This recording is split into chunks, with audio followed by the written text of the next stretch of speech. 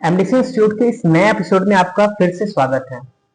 आज के इस एपिसोड में हम सीखने वाले हैं कि टैली होता क्या है, what is Tally and how to install Tally in computer and laptop. अपने कंप्यूटर और लैपटॉप में आप टैली को इंस्टॉल कैसे कर सकते हैं।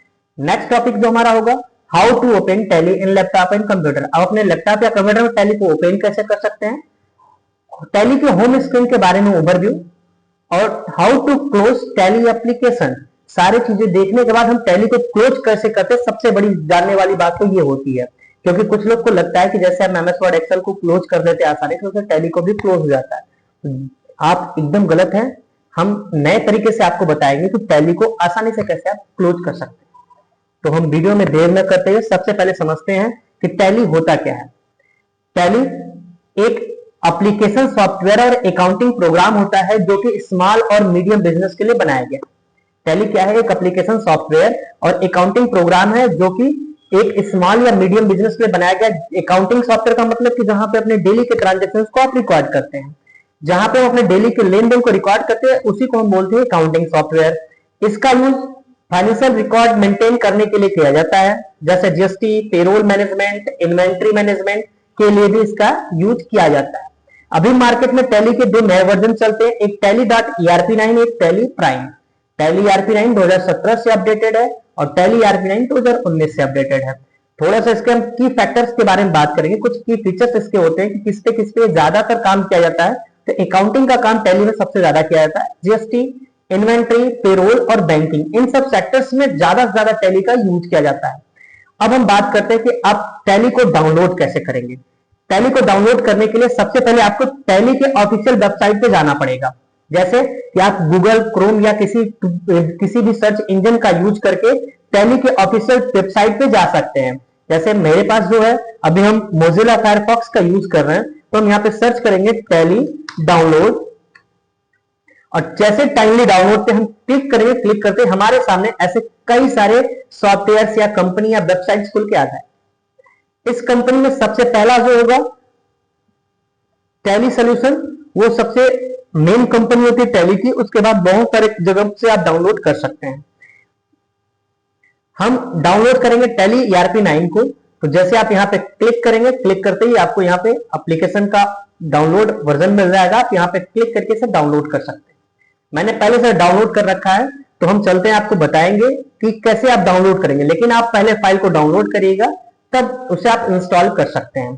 चलिए हम फाइल पे आते हैं और हमारा फाइल पहले से डाउनलोड है टैली में। तो यहाँ पे आप जैसे ही देखेंगे सेटअप डाउनलोड होने के बाद यहाँ पे आपको डाउनलोड के अंदर या डेस्कटॉप जहां पे भी आपने फाइल को डाउनलोड किया होगा वहां का पे ऐसे ऐसा सेटअप आपको दिखाई देगा। और जैसे इस पे आप डबल क्लिक करेंगे, आपको ये अलाउ करने का ऑप्शन देगा। आप यहाँ से अलाउ करके इसे इंस्टॉल कर सकते हैं। आपके सिस्टम में जैसे इंस्टॉल होगा, इंस्टॉल होते ही इसका छोटा सा आइकन आपके डेस्कटॉप स्क्रीन पे शो होगा। इसका छोटा सा आइकन आपके डेस्कटॉप स्क्रीन पे शो होगा, जहां से आप डबल क्लिक करके इसे ओपन कर सकते हैं। जैसे आप ओपन करेंगे तो टैली का होम स्क्रीन आपके सामने प्रेजेंट हो जाएगा। टैली के होम स्क्रीन पे दिखाई क्या क्या देता है, हम उनकी बात करते हैं।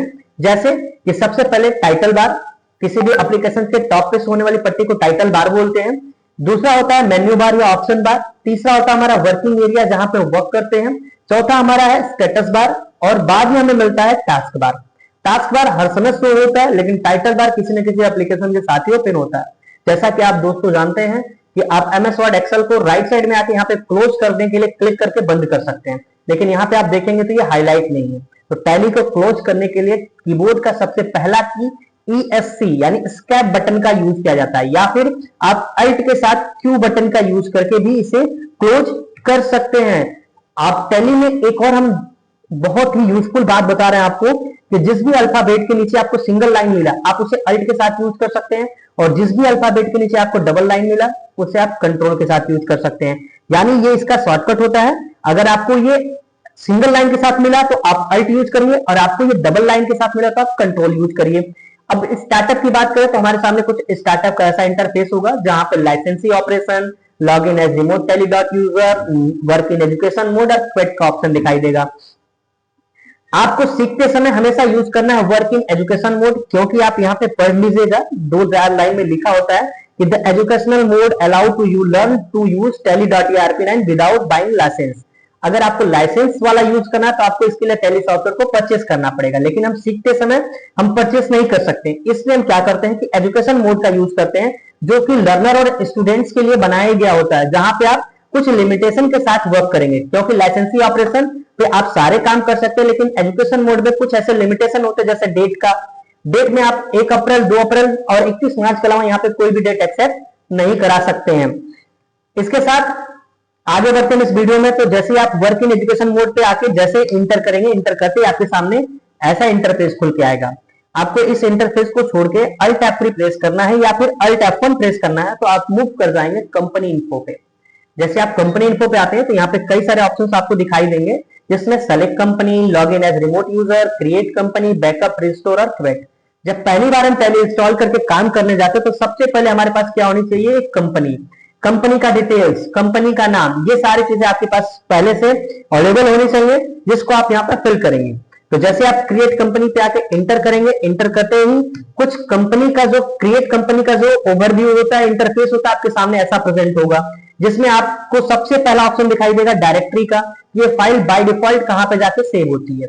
बाय डिफॉल्ट जो फाइल होगी सी यूजर के अंदर, पब्लिक में tally.erp9 के अंदर, डेटा के अंदर आपको इसके फाइल मिल जाएंगे। दूसरा आपके कंपनी का नाम, जैसे हमने डाला एमबीसी इंस्टीट्यूशन, एंटर करके आते हैं तो दोस्तों देखेंगे आप मेलिंग नेम आसानी से फिल हो जाता है। मेलिंग नेम में आपको चेंज अभी नहीं करना है। एड्रेस की बात आती है तो आप एड्रेस अपने बिजनेस के अकॉर्डिंग फिल करेंगे। आपका बिजनेस का जो भी एड्रेस होगा वो आप यहाँ पे मेंशन करते जाइएगा। फिर आपकी कंट्री, स्टेट, आपको ये सारे चीजें लिस्ट वाइज राइट साइड में मिल जाएंगे। आपको यहाँ से बारी बारी करके सेलेक्ट कर लेना है। सेलेक्ट करने के बाद पिन कोड, अपने एरिया का पिन कोड आप मेंशन करेंगे। इसके बाद आपका फोन नंबर, आपके कंपनी का जो फोन नंबर होगा आप वो यूज करेंगे। मोबाइल नंबर, जो आपके कंपनी का मोबाइल नंबर होगा वो, फैक्स, ईमेल आईडी, वेबसाइट, सब कुछ मेंशन कर सकते हैं।